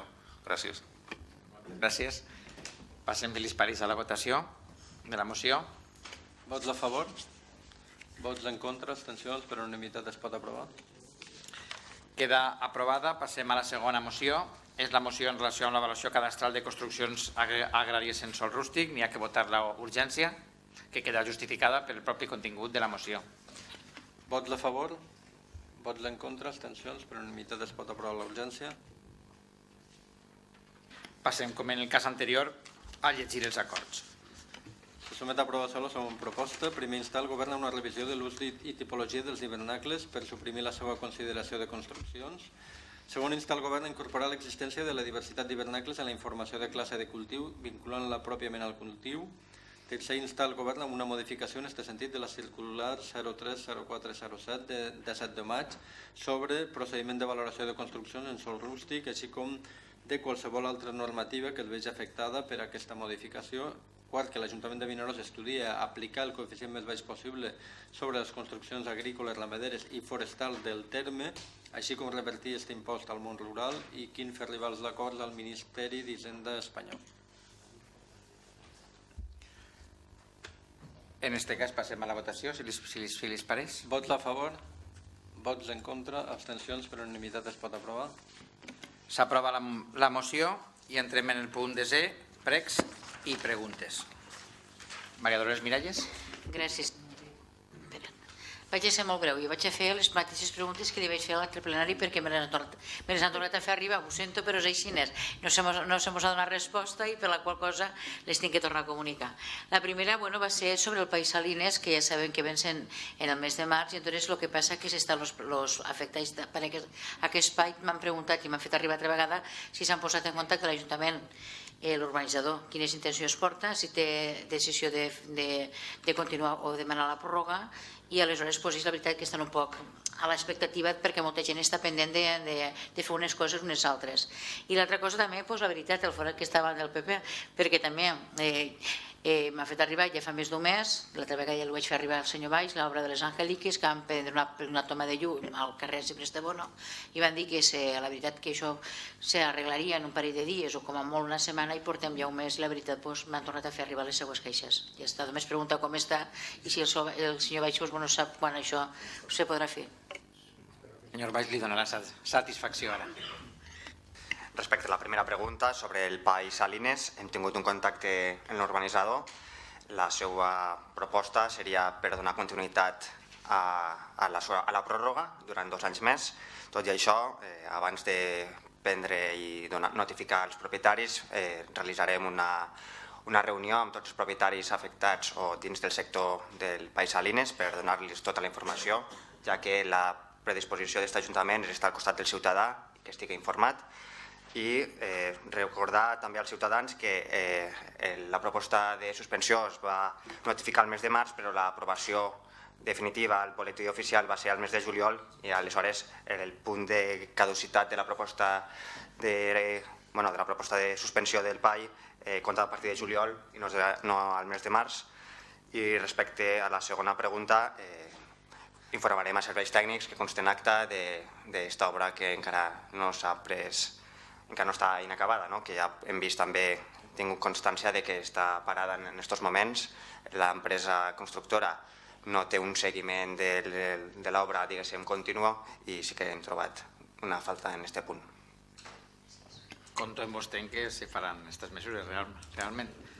Lluís Batalla. Gràcies.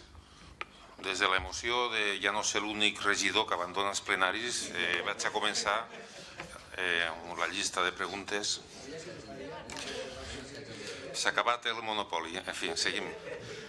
En primer lloc, volia preguntar-li si li consta, o més que li consta, per què s'està fent el control de pagament de taxes d'ocupació de via pública a terrasses als bars. I és una cosa que s'ha enqueixat. Sí, s'ha demanat el rebut, quan de fet penso que a fer l'ingrés bancari ja consta que s'ha pagat.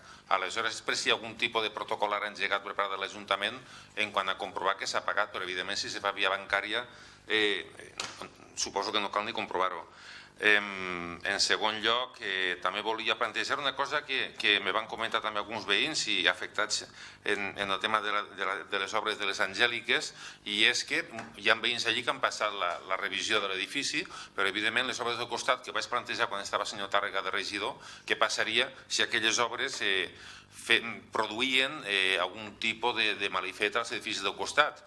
Clar, ara se troben els veïns en què es toca assumir en ells aquesta reparació, però és que ha sigut via serveis tècnics de l'Ajuntament, i per això volia preguntar-li fins quin punt se deixa als veïns una mica en indefensió per una qüestió que hauria de respondre l'empresa que ha fet l'edifici de les Angèliques.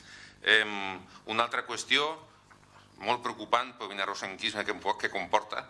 Vaig veure que l'alcaldessa vinarrosenca de Benicarló va demanar al conseller d'Educació a l'Escola Oficial d'Idiomes. Tenim intenció des d'aquí, no d'obrir un debat en Benicarló ni res d'això, però tenim possibilitats també de poder-la demanar. És una qüestió que li plantejo aquí. En un altre lloc, també saber si se va anunciar que dins del Consell de Festes hi havia 20 ciutadans que formarien part del Consell de Festes, per saber si és que, tal com estava redactant la notícia, que reconec que des de Castelló se retallen tot el que volen les notícies i fiquen el titular que volen, vull saber si complixen els requisits o són 20 ciutadans que s'han presentat. I en últim lloc, és sobre este vent del tas del territori, que l'Ajuntament passa 1.600 euros. La qüestió és per què se paguen 1.600 euros a una empresa que promociona productes de Salsadella, Morella, etc. La qüestió és saber si des de Morella, Salsadella i altres llocs ens donaran algun tipus d'aportació econòmica per subvencionar la producció dels seus productes. Per altra banda, també seria interessant saber per què a Nadal, per exemple, no se deixa fer el mercat de Nadal pel cost que tenia i ara gastem 1.600 euros, quan de fet se va dir a la comissió per part de la exregidora de Turisme, que ara no està, que aquesta quantitat no se pagava. Gràcies. Jo sobre el primer tema, si l'ha entès bé, el tema del control de les terrasses, vostè se sorprendia la quantitat de terrasses que no han renovat el consenso o que no han pagat, és a dir, en concret, li puc dir la xifra, 45 terrasses presentaven anomalies en estos aspectes. És veritat que en molts casos no n'hi havia, diguem-ne, dolo, sinó només tardança en anar a renovar la terrassa. Vull dir que vull que quede clar, però encara que no ho parega, n'hi ha terrasses i algunes històriques que no han pagat mai, o que no han pagat quasi mai, o que s'han donat d'alta este any però deuen les terrasses dels anys anteriors. O sigui que encara que no ho crega i que siga una cosa que pareix que està tan visible i tot això, pues, un cert control. Sí, m'agradaria, i ja ho compartiré personalment amb vostès, estem dissenyant un sistema paregut al que n'hi ha ja en moltes ciutats, per el qual la dimensió de les terrasses i la cèdula d'autorització estaria dins del propi establiment i, per tant, a l'abast de la gent o de l'enginyer quan passarà per allí. Igualment, com sap, igual que està, per exemple, a la plaça de Sant Agustí, les marques al paviment, hi ha el projecte de fer-les en alguns altres llocs on s'ajunten moltes terrasses, que també com un element indicatiu de cara al control. El tema de les terrasses, vostè sap que sempre serà problemàtic, però intentem regular un poc la via pública, tenint en compte que té que haver en els moments puntuals la tolerància que la festa implica o que els moments puntuals poden implicar. El segon tema, si li pareix, li desviaré al senyor Valls. Respecte als possibles danys que puguen sofrir els edificis veïns de les obres de l'edifici on està emplaçat l'antic edifici de les Angèliques, hem consultat els serveis tècnics respecte a quina possibilitat té l'Ajuntament de requerir uns danys d'uns tercers, i la resposta va ser clarament que en aquests casos en què els danys són produïts per tercers i produïts per aquesta empresa constructora que realment està fent les obres, doncs ha de ser els propis veïns els que han d'interposar al jutjat de Vinaròs una demanda civil respecte als danys que puguen sofrir. L'Ajuntament, si fa falta, pot ajudar en informes que siguin necessaris. Consta que aquests veïns han presentat en el seu moment l'informe d'avaluació dels edificis que recull els danys i l'origen i fan una vinculació de l'origen dels danys a les obres que estaven construint, i aleshores sí que creiem, i després de la consulta realitzada, que la via que haurien d'utilitzar els veïns és la d'interposar una demanda a la constructora per a solventar els danys, i si creuen que hi ha una altra opció ens la fan arribar, però una vegada consultar els serveis tècnics és la resposta que m'han donat.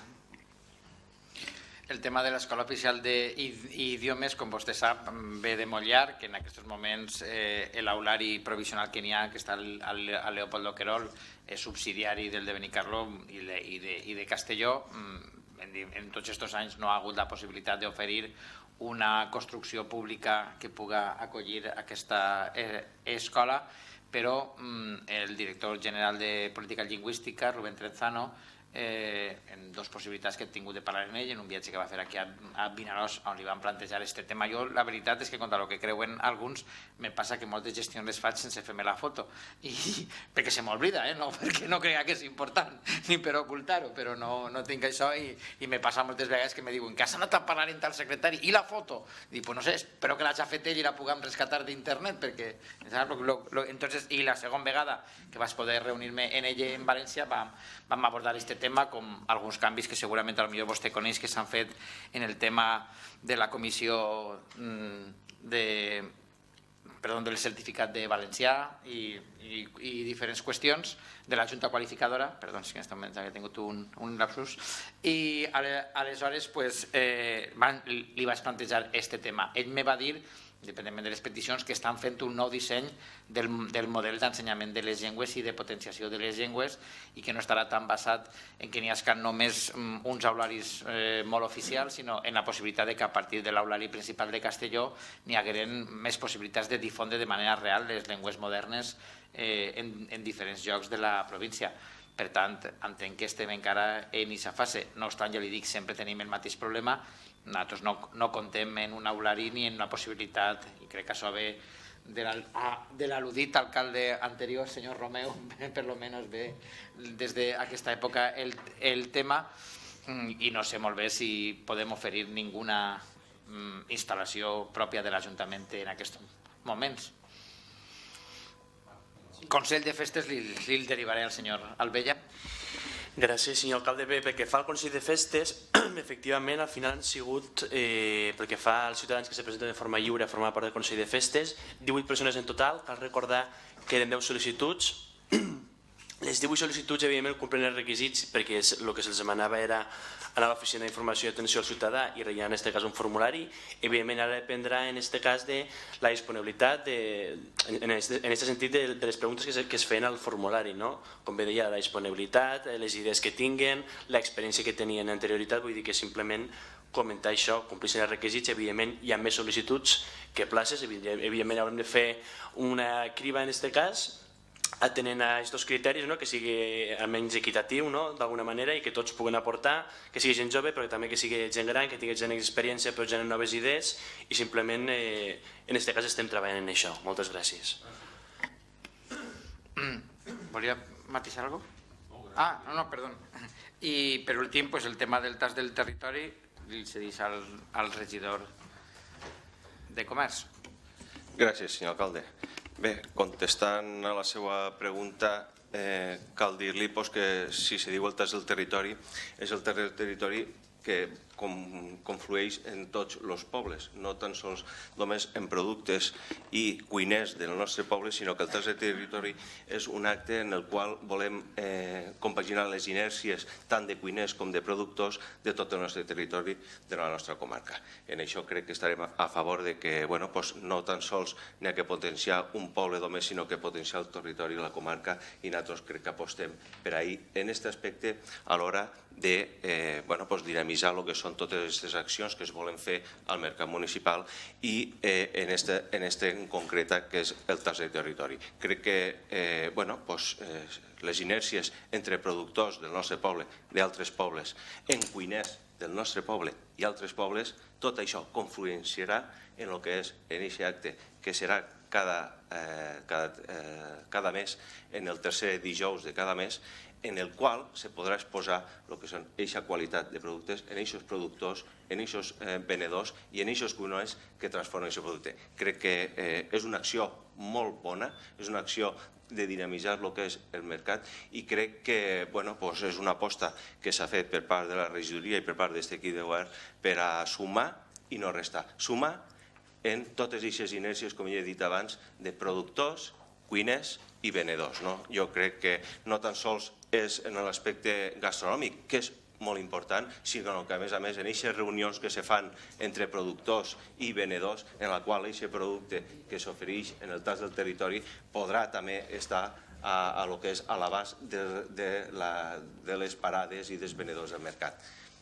És la seva valoració, nosaltres tenim una altra i també crec que també ha sigut maliciós el que vostè vulgui ficar al mateix plat el que és el mercat de Nadal i el tast del territori, que no té res a veure una cosa amb l'altra. Per què? Perquè el tast del territori són 9 tastos que costen 690 euros cada tast, o sigui, 6.000, crec recordar, ara li ho diré, perquè els números estan claríssims, 6.210 euros, els 9 tastos surten a 690 euros per tast i el del mercat, això, 9 tastos, el del mercat Nadal eren 3 dies que ens costava a aquest Ajuntament 11.000 euros. Vostè, que és de lletres, però suposo que també sabrà de números, dividisque i veurà a quan li surt el dia.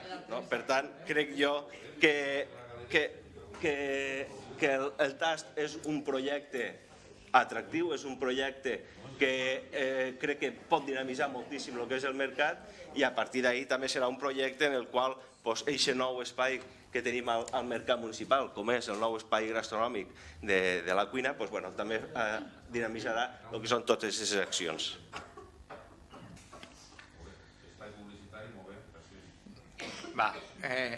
Hem donat per finalitzat el que és l'ordre del dia, però sempre obrim el torn de paraula ciutadana per si algú no està en els habituals. Bé, voldria fer antes de tancar el plenari, voldria fer una breu observació. El que ha passat avui crec que no satisfà a ningú. Crec que és una bona mostra de que quan se va plantejant aquesta política de confrontació, espectacle i se va més allà de lo que és normal, pues entra en dinàmiques que no són aconsellables. Jo sempre, i pareix que alguns se'n riuen de mi, perquè crec que mantindre el tono en un nivell d'educació i ajustar-se als temes, i tal com planteja el ROM, és una prerrogativa d'aquesta presidència el fer-ho, però sistemàticament quan aquesta presidència intenta reconduir els temes es troba en una posició d'acusació de censura. Crec que, ja dic, no me satisfà el que ha passat. Crec que podríem dir aquí que ja el primer dia de la legislatura algun partit no se va fer la foto, que ja la confrontació sistemàtica que aquest partit proposa en tots els nivells va més allà, que no se produís en altres pobles del costat nostre, etc. Però crec que no és el moment de fer-ho. Crec que tots devien de fer la reflexió de que si ens cenyirem als temes que venim aquí, aprofitarem l'escaparate polític per a donar les nostres opinions, però sempre intentant fer-ho a partir dels arguments i no de la desqualificació de l'adversari, i jo mateixa m'incloc en l'observació, crec que segurament seria bo per a la dinàmica. M'agradaria pensar que això es farà fer una reflexió a tots, però no n'estic massa convençut. Gràcies.